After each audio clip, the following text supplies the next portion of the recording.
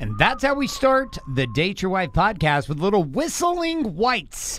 Coming at you here with Danielle K. White, your lead whistler here inside of the show and your star. I didn't know you were when it comes to experiencing the power of dating your wife. Welcome back here, my friends. If you're here for the very first time, my name is Garrett J. White. I'm your co-host here in the Date Your Wife podcast.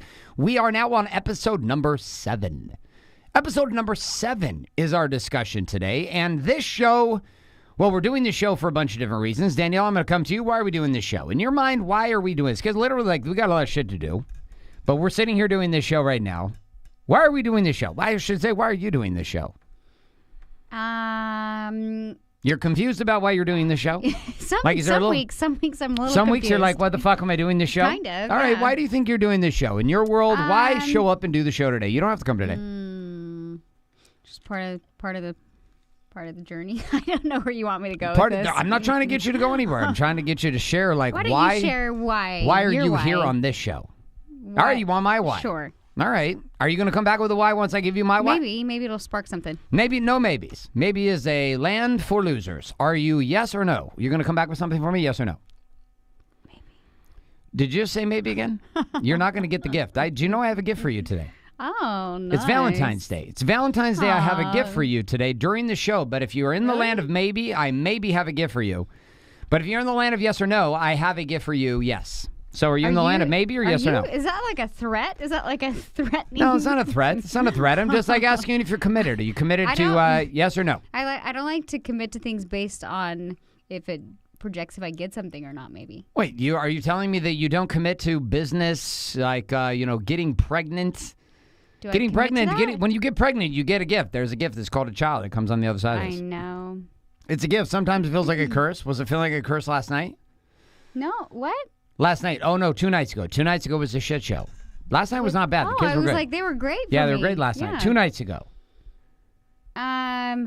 It was fine. I feel like... It was fine.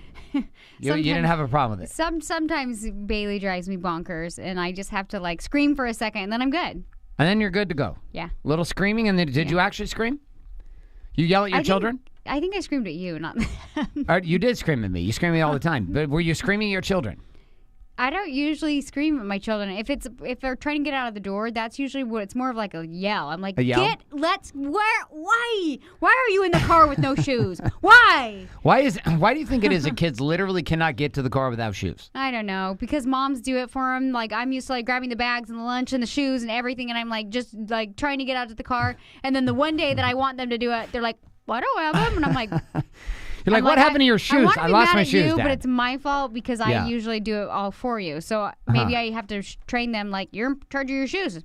Like, it is what it is. I don't know why this happens, but there's a constant loss of shoes around our house.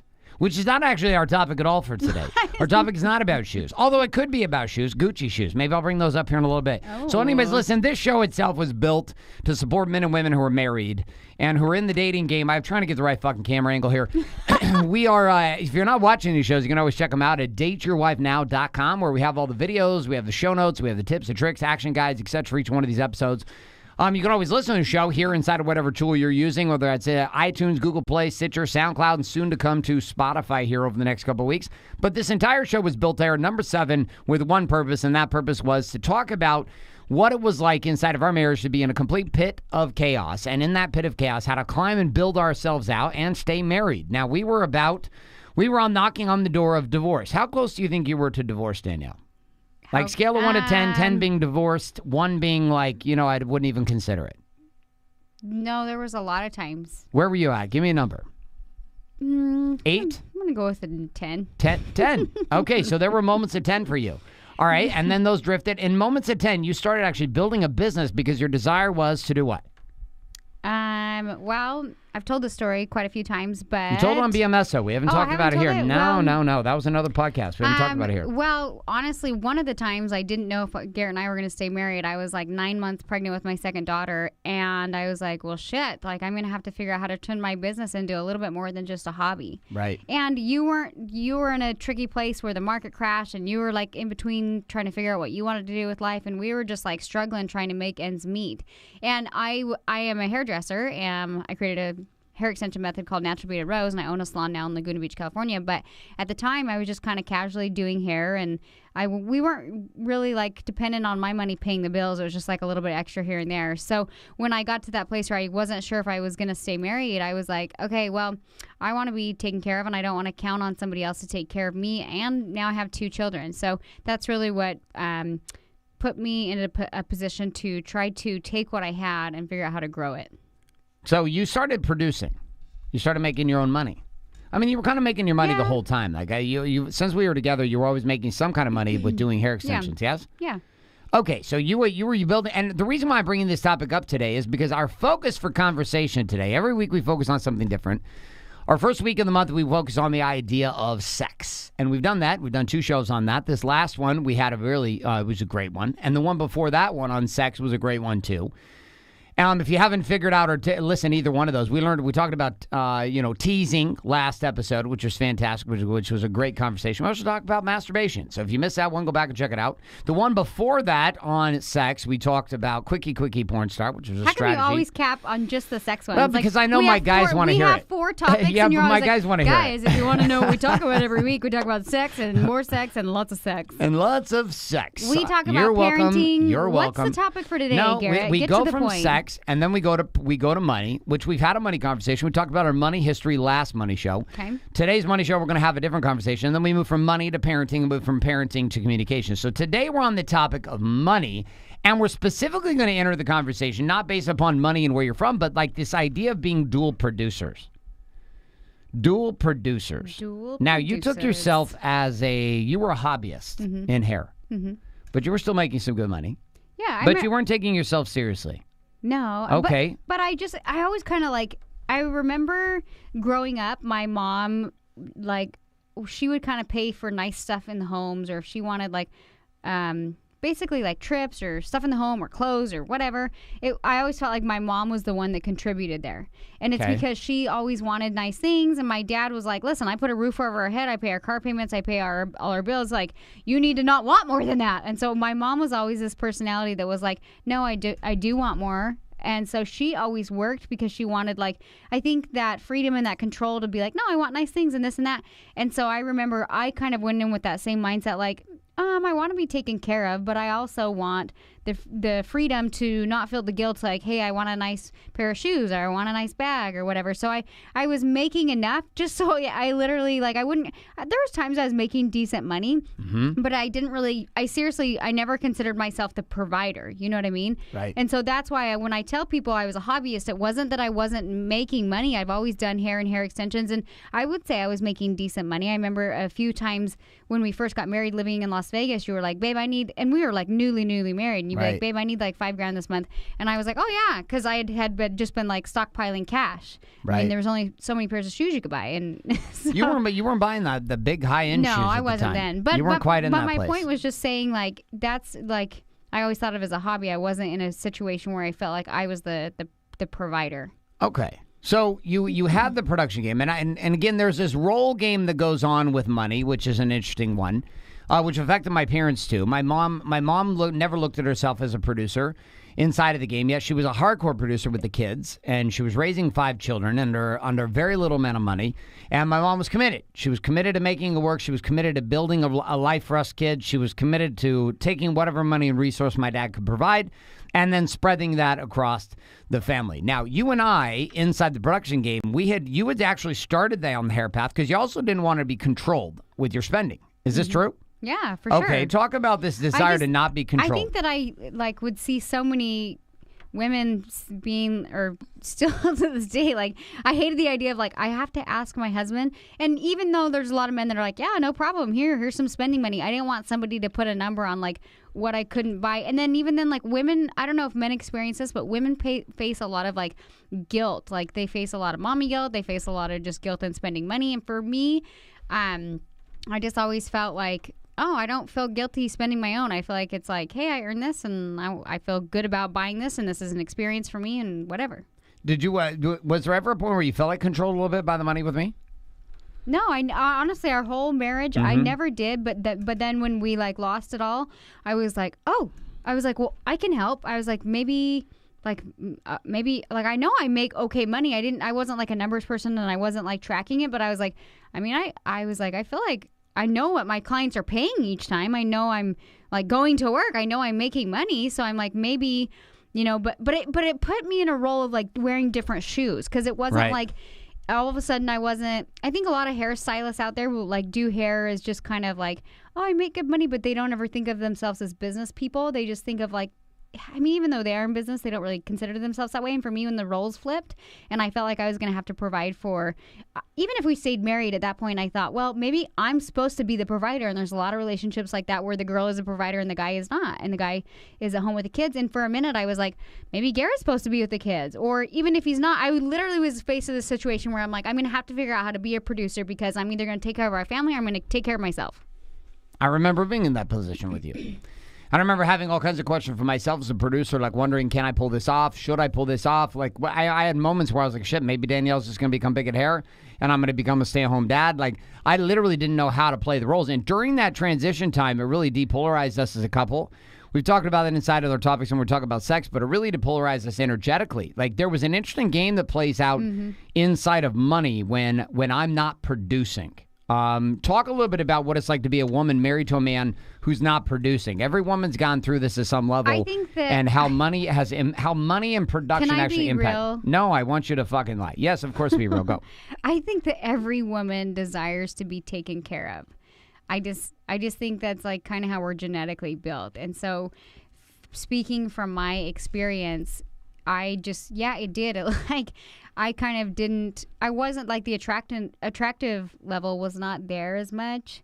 But like, give me a ranking, 1 to 10, 10 being totally attracted, 1 being not attracted. When I'm not producing, where am I at? Here's the thing. Before we kind of before I took on my brand and went serious with that, I should tell you the backstory that previous to like 3 to 4 years before that, we were in what I call numb phase. We talked about that in one of our... we talked about numb phase. Yeah.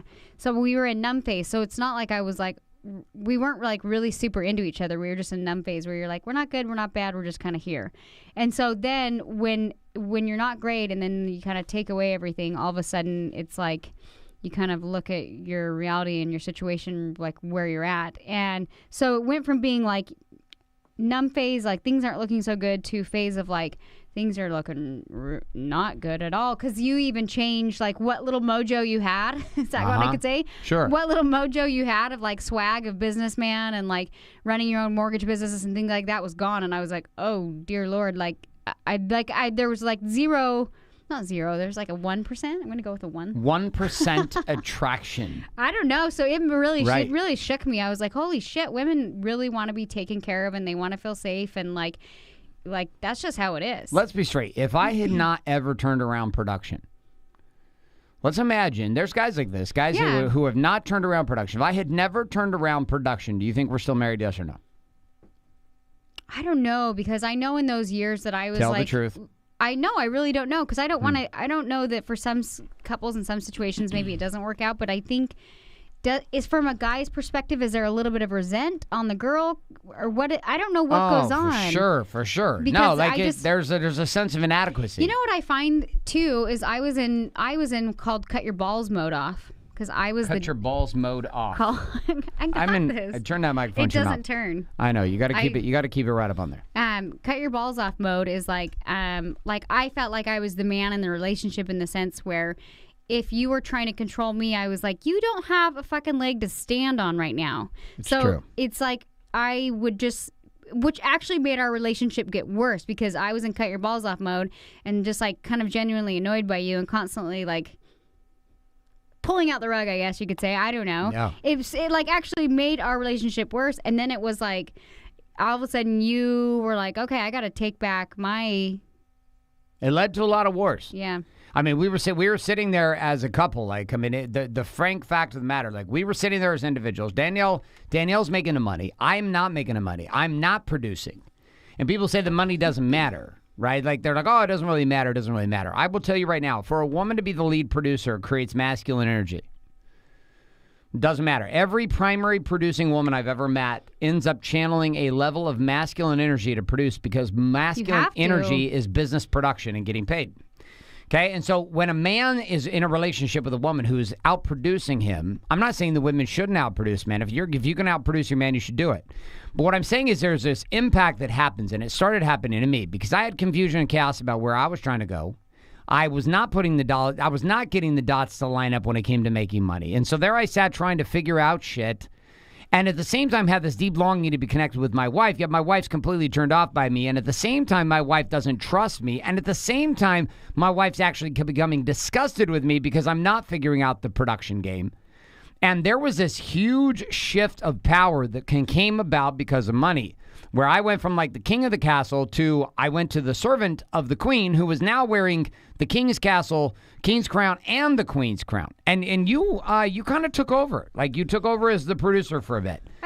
You know what? You always provided, though. I will say that. Like, I think you always like paid the core bills, but I kind of helped out. I think there was about 4 months where I couldn't make anything and you paid for everything. And then I think there was a couple months where like I produced quite a bit more, and you were like, that's when you were so angry at me, and I was like, and then it was weird, and there was a lot of tension. And it's because you would talk shit. You would talk shit. You were cutting my balls off, I was in and then dude you would mode. Talk shit. I was in dude mode, which I'm not. Like, You'd be like, I smashed you this month, just so you know. Just so you know. Look at my money. You see this? I smashed you this month. I did not. And I'd be like, holy shit. Like, I didn't know how to take it because I was kind of turned on that you were producing. But at the same time, I was like, what a bitch. I can't even understand this. Like, she's pouring salt directly into the wound that she just caused with the knife on my balls. It's like salt on the balls. It was like not exciting at all. Yeah, no, salt on the balls. .com. Yeah. I think you were kind of competing with me too. Like, it Completely. wasn't just me. And so when we were competing, I was like, dude, like, quit trying to let me show you like what's going on here. And I think you didn't believe me when I was like, I'm making good money, I'm doing this and this and this, and I think because you were kind of still paying the core bills, I think. Did we have separate accounts then? I think we had separate accounts, right? Yeah, we did not. You didn't know what was in my accounts because you didn't. I know I didn't. Oh yeah. Yeah, no, I didn't. I had no idea. When we went through the phase of like I didn't know if we were going to stay married or not, I was like, separated the accounts. I separated the accounts. You got the Wells Fargo account. Yeah, and I was like, peace out. I had the Chase account. And so you didn't even know for a while like how well I was doing until I would, and I think you would say stuff, and I'd get so pissed. I'd be like, let me show you. Let me show you my fucking bank statement, but I didn't. And I think you basically did it. I think those were the months that it got weird. But you were always like providing, but I definitely had to put on the dude shoes. The dude shoes were on. I had to put on the dude shoes. You were kicking me in the dick with the dude shoes, even though you weren't a dude. Like this was happening. Like this is the reality of production. So if you're a man listening to this, or you're a woman listening to this, and you're sitting in a game, I'm telling you right now, it's not just about the topic of money. It's about the power play of production, which is who is the actual king and who is the queen in the castle. And in some instances, in many instances, when a man loses his power, a married man loses power to produce or lacks the ability to be able to not just provide economically, but to create a game of trust inside of that relationship, the woman is forced to go into masculine mode in order to produce, which creates this whole different dynamic and challenge. Because I started coming back into the game. I started figuring some stuff out again. I started finding my confidence. Danielle and I, we talked about the sexual dysfunction, the problems we're having with connection, and how dating started us and going on dates started us down the path of reconnecting.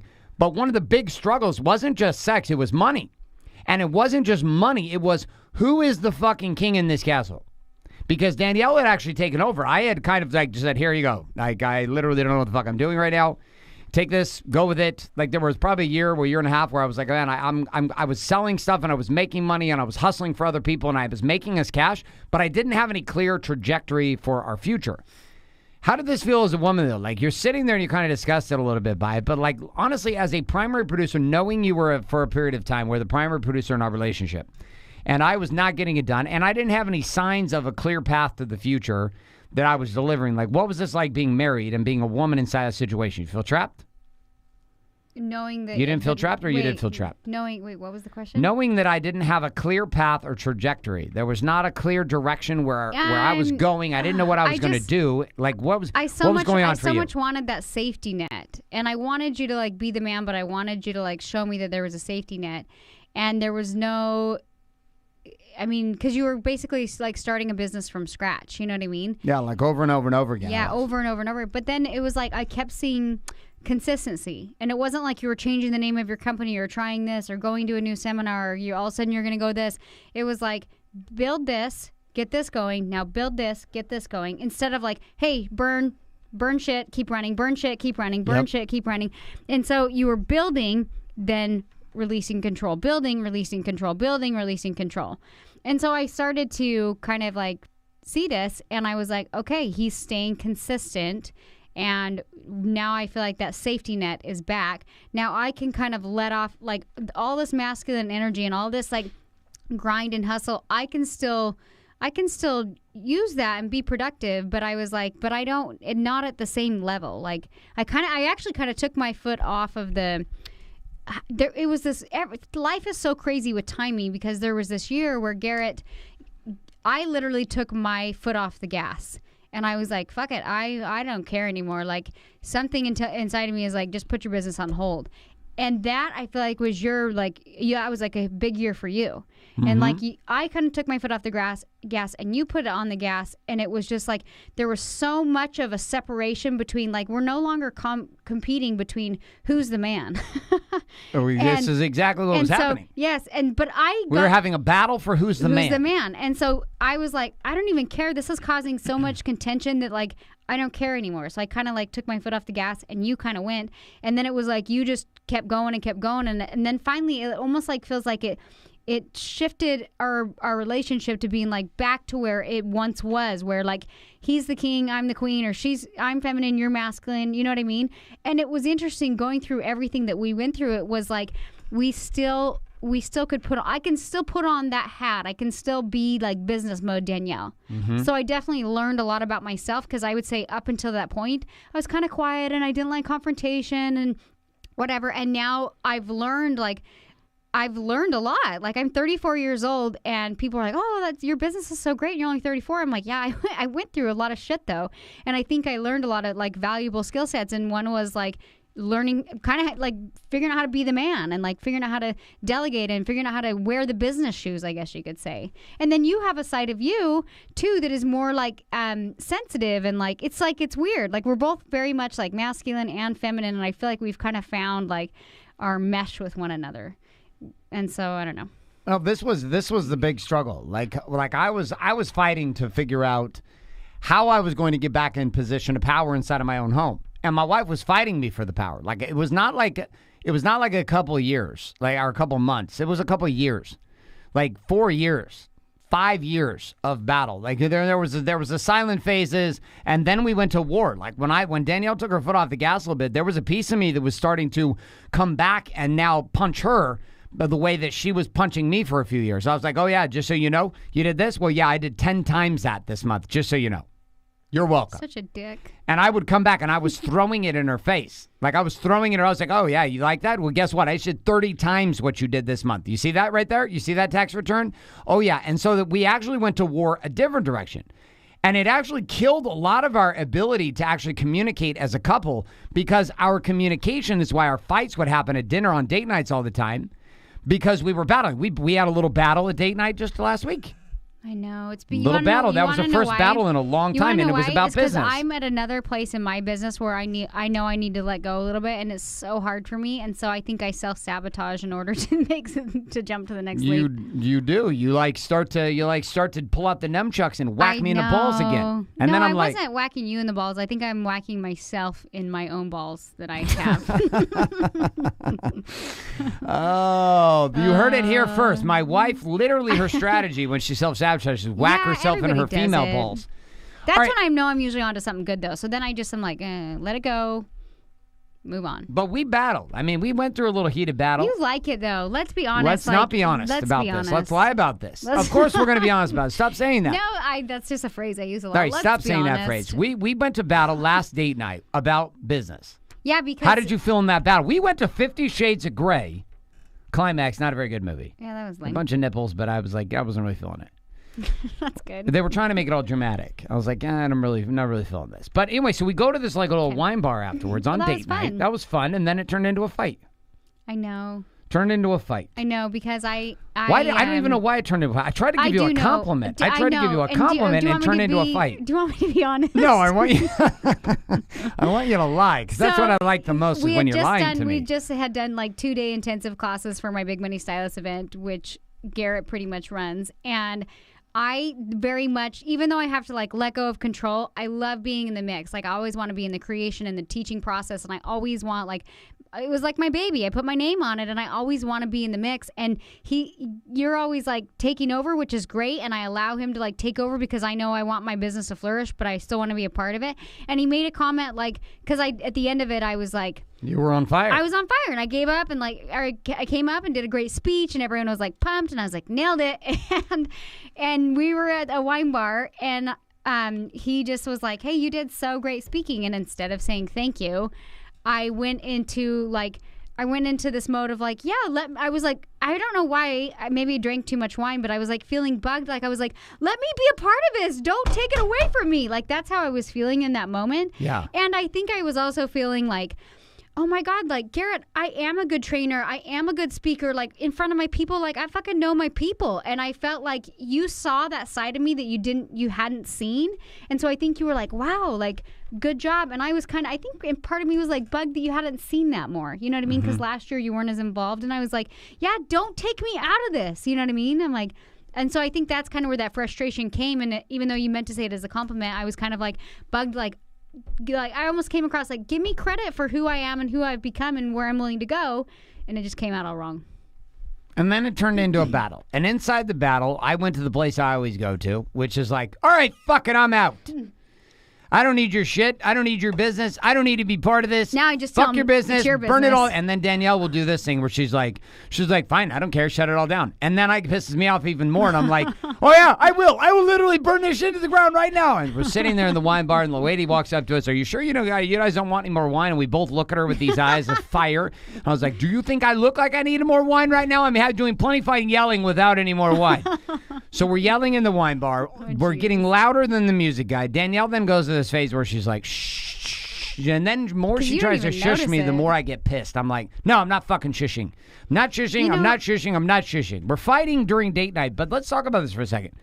Like people think that this is like the battling. We were battling last night. We went back and forth. You were doing the same thing from date night last night. I've been so pissed at you this week. You've been a little bit of a crazy bitch this week. Are you on your period?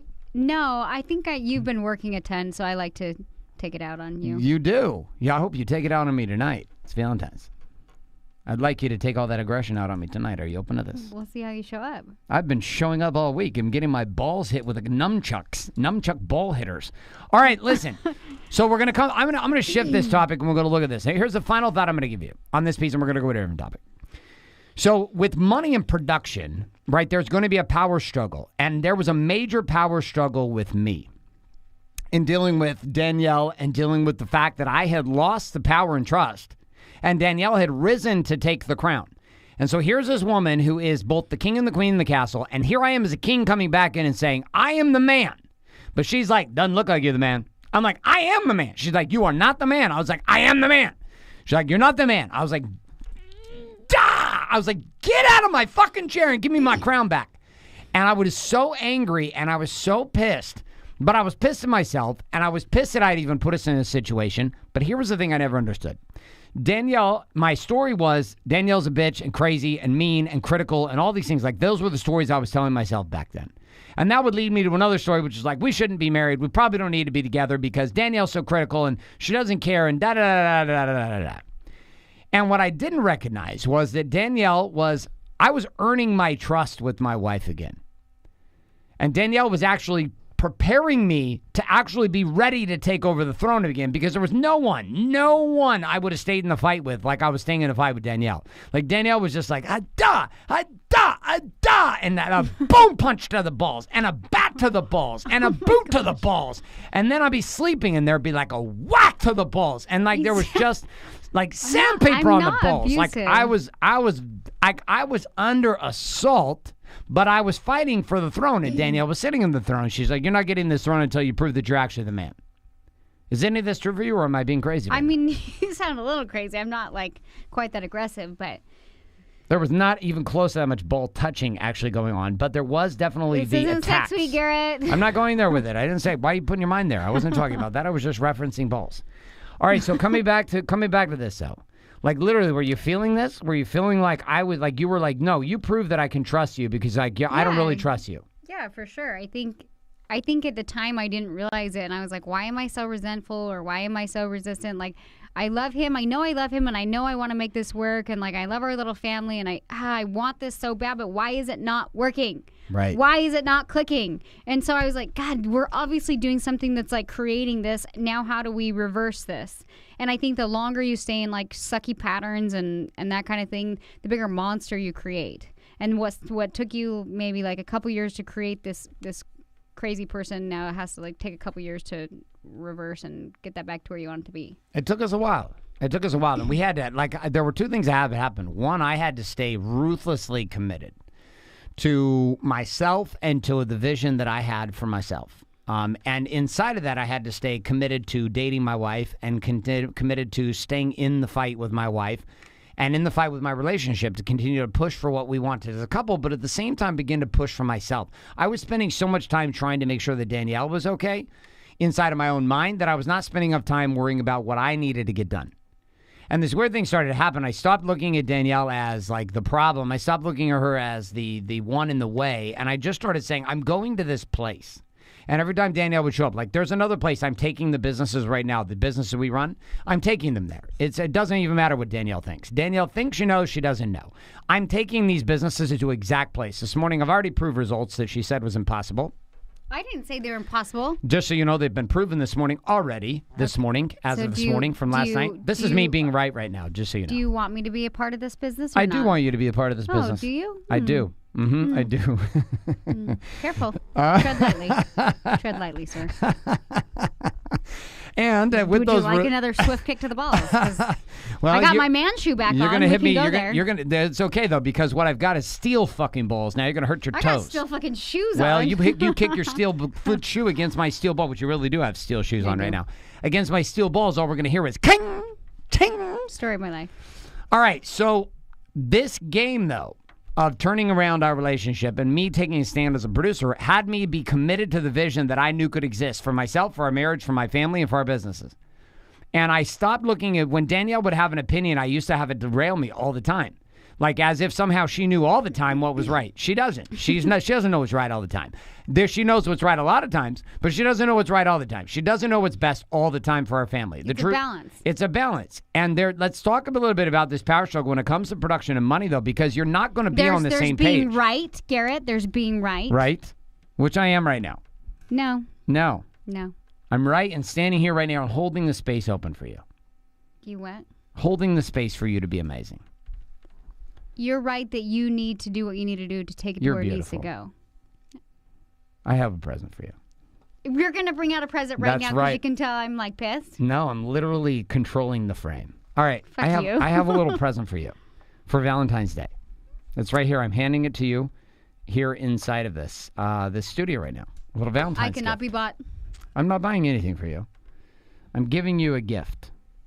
Are you going to open this gift right here on the show live? Do you want me to? I want you to open this. I want you to open this gift. From Nordstrom's. It's from Nordstrom's. I know because we can't see it because like there's like if you're on the camera. I'm giving him commentary. Okay. Has a silver bow. Silver bow. The box says Nordstrom's. It's small, so I'm assuming it's jewelry. It's a small box. See if I can get this open. It has a little paper wrapper in there. It's got some tape on there. It's got a little. What's it? What else? Keep describing what you see. It's got a sticker. It says Nordstrom's. Still, I'm having a hard time. Okay. There we go. This is Happy Valentine's. This is Happy Valentine's. I got you some Ray-Bans. You did. I love them. I wore them today. I've lost the same pair twice. Oh, there's only one in there. Is that a problem? No, that's not true. Don't say that shit. Literally, I was like, are you shitting me right now? There's really one. No, there's not. Let's see. Oh, there's two. Woo! Ooh, little diamond earrings. Thanks, babe. You like those? Yeah. We think those were the size. I think those are the size that will fit your ears. I have tiny ears. Because you have tiny ears. Elf-like ears. I'm guessing this is probably a quarter carat or a half carat. It's a half carat. Oh, that's a half carat? That's a half carat. That's a good guess. We figured that was going to be the right size for your ears. Yeah, a carat's too big for my elf ears. Are you going to put them in right now? Do you have earrings in right now? No, but I have headphones on. That's all right. You got small earring. It'll fit right under them. Let's see how they look. Let's see how they look. I'm gonna zoom the camera. That was a weird time to bring out a gift. No, it was called the pattern interrupt. I like it. Let's see what you got here. Okay. Oh, I think they're gonna be the right size. We were debating Are these real diamonds? Mm-hmm. Just check and see how much I want to. Those are real. Oh, they look perfect on your ears. Oh, good. Because your ears are tiny. Literally, you have tiny ears, which means no. If they were any bigger than that, you would look like a hip hop star. I have some really cute big David Yurman's ones that you gave me for Christmas, but I don't wear them that much because they do look They're like too giant big. earrings. Yeah. But these I'd wear a lot. These are like beautiful. This necklace. You bought me this necklace for Christmas. No, I didn't. You bought yourself that necklace. Okay, you bought me. I bought it and then you took it back because it was too big. You bought me a really gangster one, and I took it back you were and got looking. this cute dainty You were looking one. like you were ready to break out a new album. Yeah, I was like, no. Which wouldn't have been a problem. Might have been cool. All right, so we got the second one in. So we got the right size. The right size is happening here. So pull your headphones off and show those on the camera there. Oh, those look nice. Yeah. Those look nice. Don't you like those? Yeah, I love them. You love them, yes? I feel like if you would have brought them up at a better time, I would have been like, oh! I'm just trying to like calm my emotions right now from you being like, I'm right. I'm Mr. Right. Yeah. Did you like how I interrupted the pattern there? Yeah. I got you fired up, and then I gave you a gift. So that's what I do. Because that's exactly what you do with me. I fire you up, and then I give you a You gift. fire me up, and then I find the gift. Do you know what gift I find this morning? What? This morning I was super pissed. Okay. Because last night's fight. Do you know what the gift was? Do you want me to read the gift to you? Oh, your stack? Yeah, my stack, which is a tool technology I use to deal with to deal with some shit. Oh no, that's not it. All right, so that's the wrong one. Okay, so like I'm sitting here and I send Danielle a image. I do a tool. Part of being able to deal with myself, I had to learn how to use a tool called the Stack, which is found inside of a book called Warrior Book. And if you're not familiar with this book, I encourage you to go check it out. Found at warriorbook.com. It is built and driven for men, but also can serve women. So where are you at here in my text message? Because I sent you my final assessment, which actually has everything to do with what's going on here. Here was my revelation from my stack today. Danielle is my greatest ally when it comes to conversion to my ideas and concepts because she is the one person who will challenge me to the core with no filter. I couldn't tell How if you that feel about was that? like a jab or... No, that wasn't a jab. That was revelation. That was excitement. Oh, okay. I was like... That was not a punch in the boobs. I was like, does that just validate, like, if I say something that you're like, nope, I know what I need to do because Danielle said otherwise? Or... No, sometimes you say things like this is all around this topic of, like, reclaiming the throne. Because Okay. I'm fighting back to find a position of power in our relationship, which I'd been out of power for years. But don't kick me completely off the throne with you. No, there's a throne right next to us. I'm just kicking you out of my seat. Okay. Do I get my There's own two seat thrones. right there? There's two thrones, and you were putting your feet on both of them. And you're like, they're both mine. I was like, woman, share the thrones. You're like, no, you don't get to have the thrones. I'm fighting back for the throne. Do I let you? Yeah, you have your own seat. And do I have my own seat with my own business? Of course you do. And you have a seat. And when you don't want to, don't want to be in the throne, you go out shopping with your girlfriends. Like, don't worry, the king's got the thrones covered. Yeah, but if you don't want my input on something, then why do you ask? I do want input on things all the time. You're just not okay with me not accepting your input, meaning saying, "Oh, okay, well I hear you, but I don't agree with you." But then you don't agree. But then why would you ask? Well, because I want your feedback on what you're going. But just because I get your feedback doesn't mean I have to agree with you. All right. You don't agree with me. There's all kinds of shit you disagree with me, and you just do your own thing anyways. Yes or no? And you do this with money. You do this with money too. I was thinking in the salon, sometimes I ask Stacy's opinion. Because I was like, no, that's lame. But then sometimes I'll be like, Stacy, what do you think? And she'll tell me, and I'll be like, good try, but no, I'm going to go with my original thoughts. Okay, good. Same situation goes with me. I have a thought about what I'm going to do. I ask you your opinion. You give me an opinion. You give me feedback, and I don't accept it sometimes, and sometimes I accept it. I'm like, that's a great idea, and some days I'm just like, she doesn't have a clue. But I still appreciate it. But you'll attack as if you have a clue, and I attack as if I have a clue. But I feel like and I so do part have of a clue. But you have a clue inside of your own frame, but you don't have a clue inside of my frame. Same thing for me. I don't have a clue inside of your frame. So there's this collision game that happens with money and production. That's where I'm getting to. This is firing you up, even though you have the gift in your ears. No. Maybe I should have waited till later to give you the gift. Anyways, this game of collision exists with money. Why is it important in your mind, Danielle, that couples be okay with colliding on the topic of money? Because we do. Why do I think it's okay? Yeah. Well, why is it necessary to collide when it comes to the topic of money and production when you're married? It just some people just submit completely and they give up the throne and they say, "Here you go," and a man hands off all the keys to a woman, or a woman hands off all the keys to a man. I think for women that are not working, they might be able to relate to this conversation of like they want the freedom with money, but they feel all this guilt, and they're like, I gotta ask my husband, and then they want to be taken care of, but they don't want to be controlled. So that's kind of my assessment. Okay. So there's an assessment of control. Right. But that a woman wants to be free financially at some level to be able to create for herself. I forgot what you said the specific question was. Sorry. That's all right. We're going to move on. You ready? We're going to move on to a new topic. So this game then of production and this power struggle with money is real. It happens all the time. It happens in every couple. It happens in every relationship. It happens with every person. And the only reason the conflict won't happen is if one person shuts their mouth and doesn't say anything. And this becomes simply a doormat conversation with a couple, which means people don't get to have an opinion together. But there's a time and a place in which you begin to trust each other as a couple. We moved our accounts back together. Why did you move your accounts back together with me? That was like a big moment for me of like... It was. I was just like, hey, I have to trust the process. Like, I've seen what he can do. I'm feeling safer. Like, fuck it. Like, here you go. Like, we can do whatever you want to do. But you know what? I had to literally, and even still today, like I'm like on a need to know basis. Like I get emotionally like worked up when I see like numbers leaving the account and this and that, because I'm like, oh, and I'm not like a control freak, but but when I get in the know, I want to micromanage everything, but I don't really like that side of me. Like I'm very much like, I just want to be like happy, Danielle. I want to like I want somebody else to control for me. But when I'm in the trenches and I see it, I'm like, so for me, it was hard to let go. But then it was like, no, I don't want to be this control freak. I don't want to know this. Like I have to trust him enough to know like, you got this. And for a while I couldn't, because it was like you kept restarting a company and kept redoing something and so I was like, oh, I can't do it. And finally I was like, okay, like, I can't freak out over the numbers if this X amount of dollars is out of the account or this and that. Like, I have to trust he knows what he's doing at this point. So there was which actually made me a happier person, because I felt like I had two sides of Danielle. I had like chill, like fun, like happy-go-lucky me, whatever you want to call it. Then I had like crazy bitch me. But I don't even want to say crazy bitch me. It's just like I get obsessive and I'm like very detailed. And I don't like that. It stresses me out, to be honest. It is definitely a controlling thing. Is that what happened last night? But I don't necessarily like the control. But you jump into the control. I don't like a reaction, control. like you can't control it. I don't like having the control, but I have a hard time letting it go at the same time. Right. So I have to like decide what I want my outcome to be and like choose my battles. So you started deciding what battles to choose and what not to choose with me.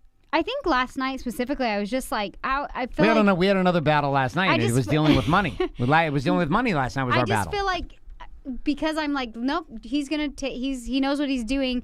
I feel like like I said, I still want to be very much a part of things and the creation of things, and I want to say in things, and so I feel like I'm like, don't.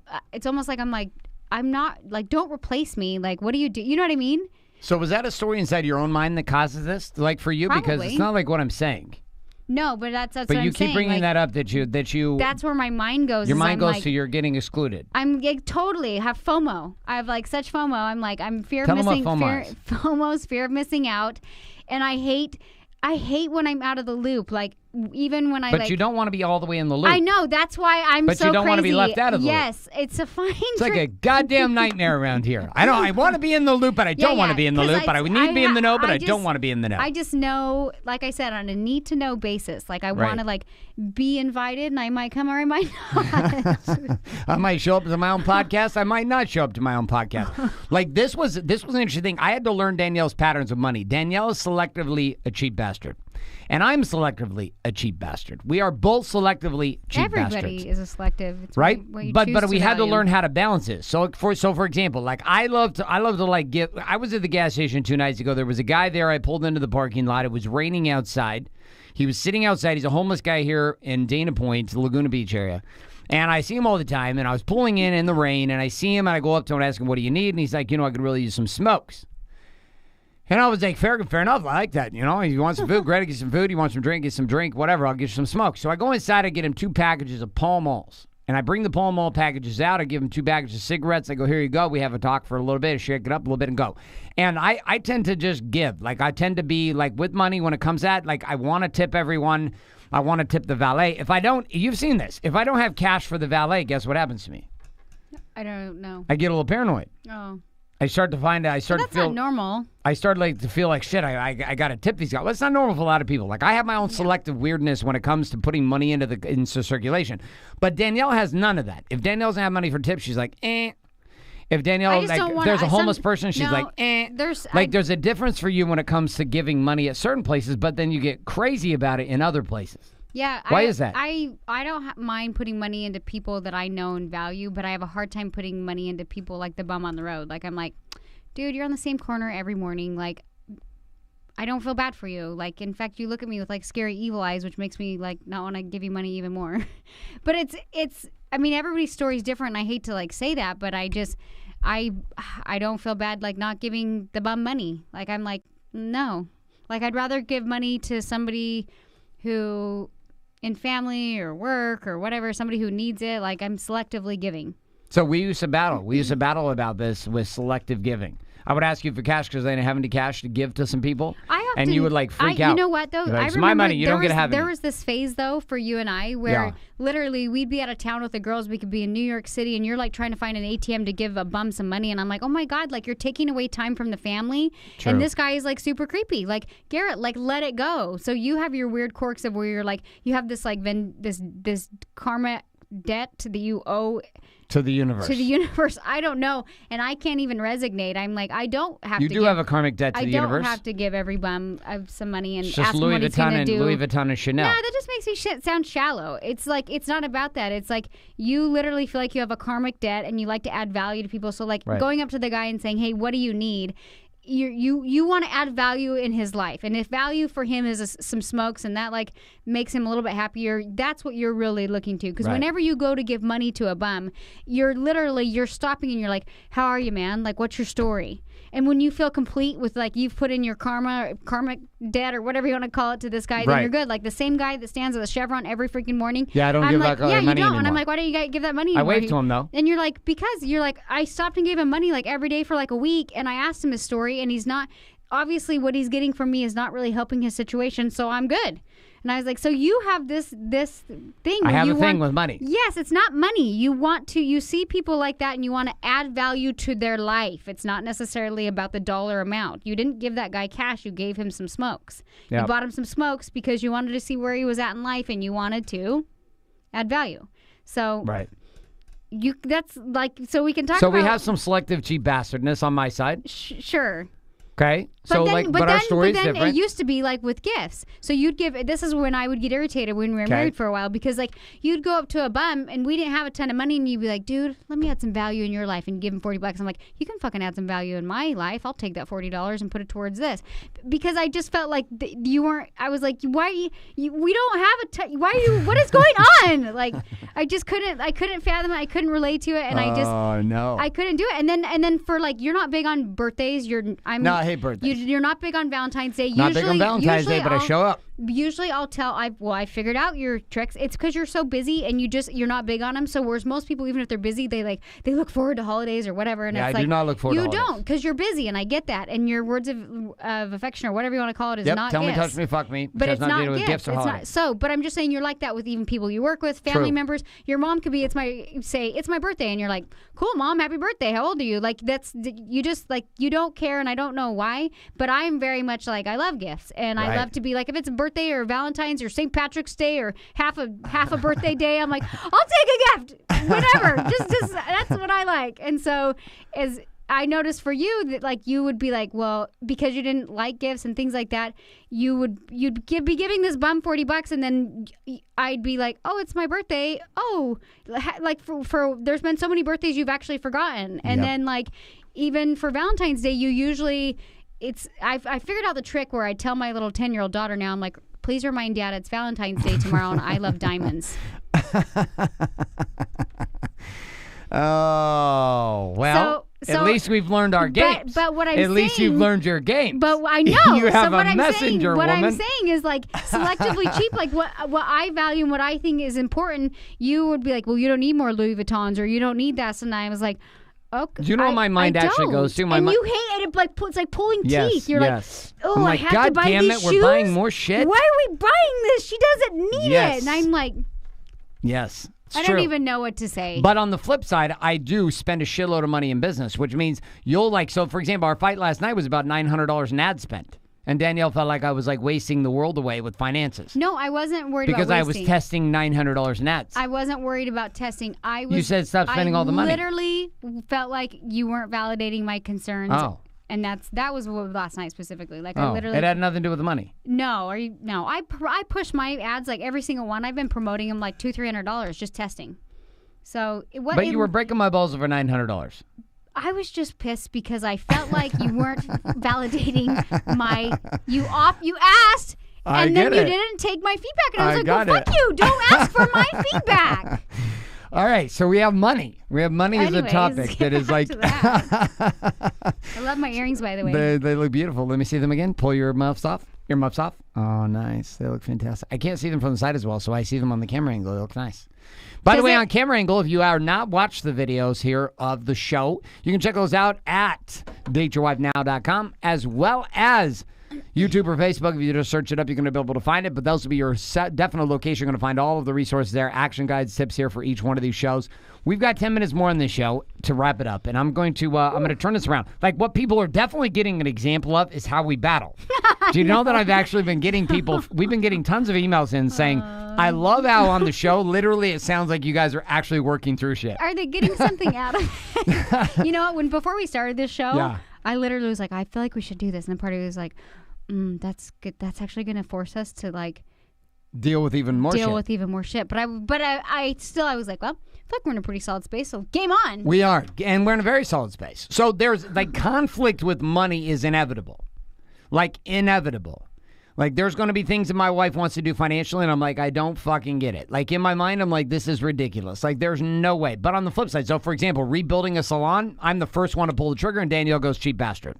Like, she's like, no, we don't need to. It's too much. And I'm like, woman, it is an investment. So my justification with money is, if it's an investment, I put the money in. In Danielle's case... Maybe I thought I was the investment, and you were investing in me. Well, because I was putting in the salon? Because you were putting it into the bums. Oh, you were like, listen, the bums are not the investment. Oh, the homeless people. Okay, so battle inside of this. Now, any tips you have for dealing with the conflicting rise of a king when you're a queen? I just thought of something. Okay, so many times, and I've even talked to some friends recently, and we just bought like an amazing beach home in Orange County. It's like literally waves crashing. We can hear them every single night. Like literally, like I surf there every morning. Dream house, okay? Yeah. But I had to fight for that. Yes. I had to fight for that, and that was not our business. Our home was not our business. And I remember... I didn't want to do it. You didn't want to do it. No. And I had to fight for it. And it's funny because I've had even friends that are like, oh, yeah, we've like lived in the same house forever and we want to redo it. But my husband's like giving me crap. Or I want to just go look at a new house, but my husband won't let me. So now I'm redoing the kitchen because that seems safer to him. Like, how come, like, I think guys are scared to kind of take that leap as far as like getting a new home because that's such a huge investment. Yeah, and it's like the upgrade side, right? So I think that you're dealing with two things. Number one, like, because I didn't see the home as an investment, like to me, I was like, the home is not an investment. Yeah, you're like, that we was don't my need story. it. It's like, we got a plenty good home right now. Our home is fantastic. And if you're in Orange County, California, the houses just get more and more and more and more and more expensive all the way to the beach. And we're moving straight down to the beach. So I'm like, all right, this is like top tier expensive shit now. And that was my story, was it's expensive. Like, I looked at it as a cost. That was my challenge. Now, I'm so grateful we did it because making the move like changed me. It changed Danielle. It was fantastic. But Danielle was fighting for what she wanted. On the flip side, I was fighting for a lot of things inside the business. I was the one that was pushing us to continue to go, pushing us to grow. Don't you think, like in a lot of aspects, just leveling up our overall experience of life down to where we live has helped you level up your businesses? For sure. And I think when I was able to communicate that to you, I could see it as an investment. As an investment. Yes. So here's an investment in yourself, in your family, in your business, all the way around. It was an investment. But you know where my mind clicked with it was like a production move for me. So, like, I loved you and I loved the kids. It was an emotional shift. Yeah. It was the emotional shift for me. I was like, you are at that level, Garrett. Sure. It was like, it was an interesting thing because, like, the point I want you guys to get as we have, like, the last 5 minutes of the show is, like, there's two things that are going to happen with money as a couple. One, you're going to collide. You're going to have courage to collide. Danielle and I have had 2 fights in the last 4 days, which, interestingly enough, is, like, the first time we fought about shit in probably, like, 8 months. Like, we haven't had a battle. Like, it was weird. We had, like, the wine bar thing happening. I was getting, like, deja vu when we're in Beverly Hills and we're in this, like, little cool, little quaint restaurant. I'm losing my fucking mind. I want to throw the table across the room. Danielle's, like, losing her mind. I'm like, this is a shit show. Fuck this. I'm out of here. And then I'm having this fight happen. I'm like, whoa, this is really weird. We haven't done this in a while. And then last night, it's repeating itself. And I'm like, oh, hell no. We're not going here again. And Danielle's battling. I'm battling. We hang up on each other. We're sending text messages back and forth. She's saying that. And it's the same shit we have been saying to each other for 15 years. Like, the fighting terminology has not changed. It's like the same thing every time. And both times it's because people want to feel validated in their desires with money. Yeah, I like how you just wrap that up. It's because we want to feel validated. I want to feel validated inside of my world that my opinion matters when it comes to what I want financially. And you want to feel validated that your opinion matters when it comes to what you want financially. Is this accurate for you? Sure. Sure or yes? Why well, you're coming with all this, like, sure. you're coming at sure and maybes are the land of losers. Yes. Yes? Okay. Yes. You feel this for real? Yes. What? Do you feel this is a yes for you? Yes. But sure to me means yes.